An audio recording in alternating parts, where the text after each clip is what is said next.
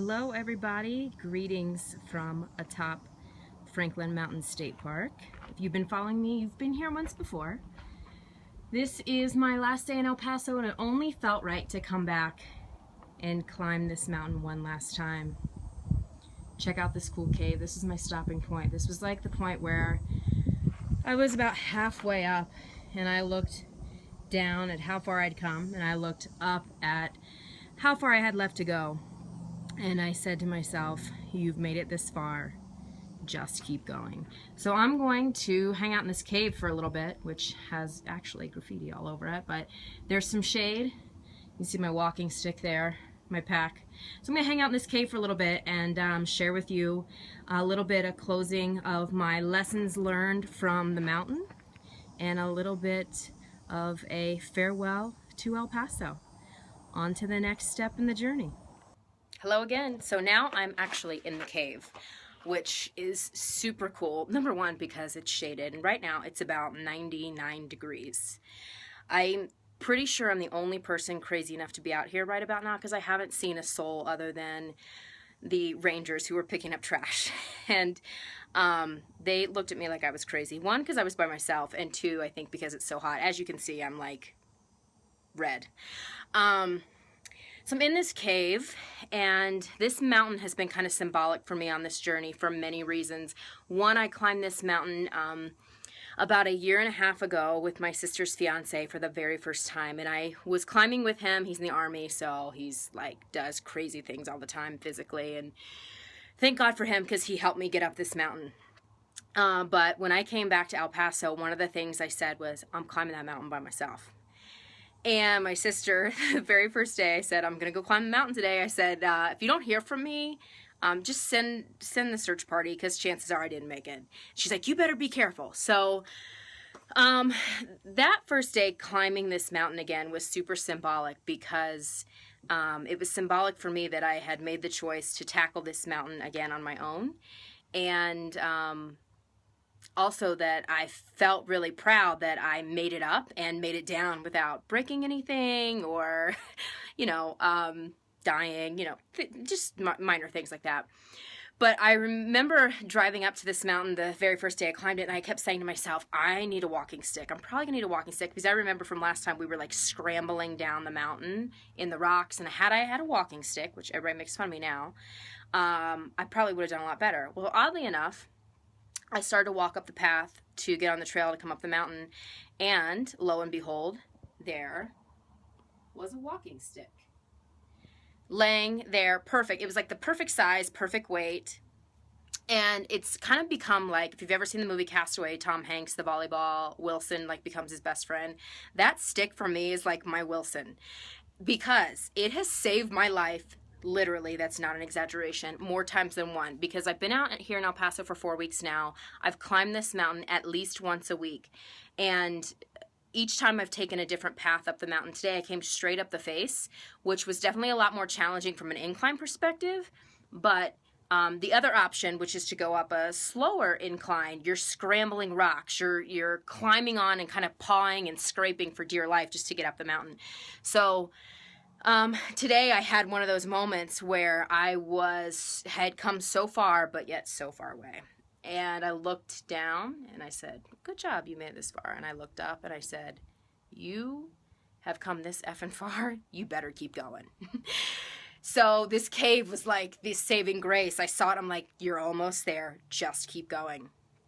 And as I shared with you, the other pathway that I had up this mountain was scrambling and literally, grasping onto anything, roots in the ground, rocks. You're sliding all over the place. And there were many times where I was climbing this mountain where I'd go grab for a rock that I thought was stable and it would slip. And all you could hear is just this rock tumbling down the mountain and this echo. And I thought, that's probably a sign of what would be happening to me if I make one wrong move here.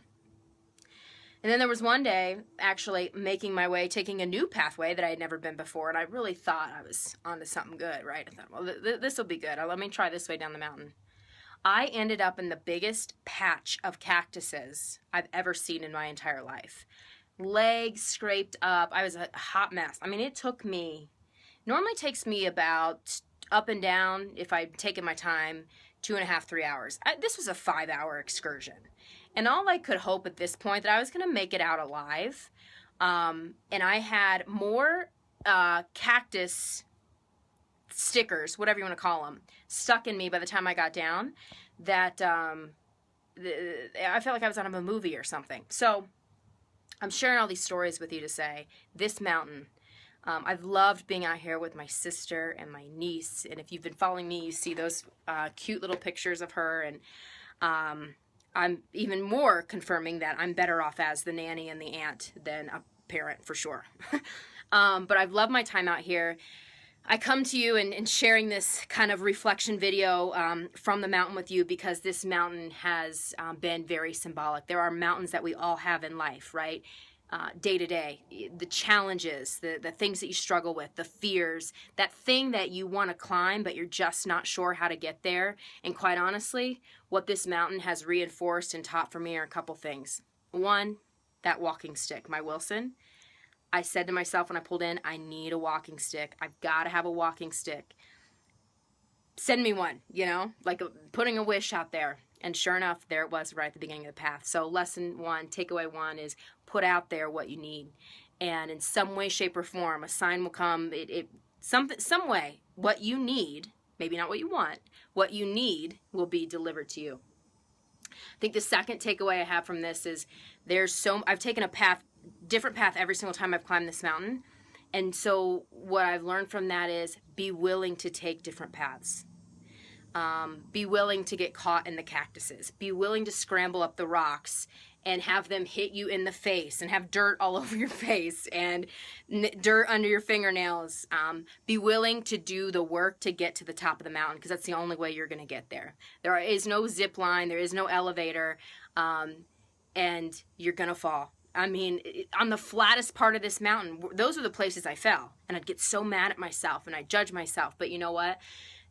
Falling is how you learn, you know, so take different paths, be willing to work hard, be willing to scramble, grab onto the root when you need to, grab onto the loose rocks, and allow yourself to fall.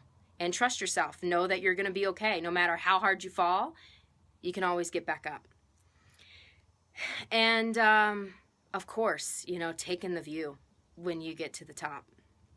You're always going to want to keep climbing. There's always going to be another mountain. You know, not that I'm going to quote Miley Cyrus right now, but there's always going to be another mountain. There's always going to be another challenge. But take a moment to breathe once you get to the top of your mountain, whatever that mountain is. And one of the series that I have launching in July is I'm an educator by nature, and so teaching people that are curious about yoga, teaching people that want to learn but never have been in a studio or maybe are scared to go in a studio. Each place that I go to, I'm going to teach a breakdown of one pose. So, of course, the video that's going to be launching from this is mountain pose. And so I have just short videos, you know, like 60 seconds, just to teach you the breakdown of what mountain pose is, and what it means, more importantly, the inspiration behind it. So look for that. But that goes back to take in the view. Breathe, take in the view, take some time to enjoy the work that you've done. That's my lessons from El Paso. I head on to Key West. I'm super stoked because I'm going to teach some yoga from the beach. Key West is one of my favorite places. I'm only there for a week, and then I do 11 cities by the end of August. So I hope you'll join me. Going to be doing some different things along the way, definitely sharing my reflections along the way. But again, I want to thank and give gratitude to this mountain that has taught me so many lessons, and encourage you all to look around you and the things that are in life, nature, people, experiences. That's where we draw our wisdom. That's where we draw our inspiration, and challenge you to, or invite you to really look for that. There's a butterfly flying right there. I don't think I got it, but it was there. Look around you, because that's where the wisdom is. That's where you're going to find your inspiration, and that's where you find all the tools that you need. So just trust yourself, trust your experiences, and trust the experience that everything that you need, symbolically, physically, mentally, emotionally, lessons for your journey along the way is showing up. People are all showing up exactly when and how you need them to. So thanks again for following me. Would love your feedback, and signing off from atop of the mountain. I don't know that I'll ever be out here again, but hey, never say never. So that's why you got to take in every single moment and every single experience while you can. Tomorrow's never promised, so I hope you're making the most of today.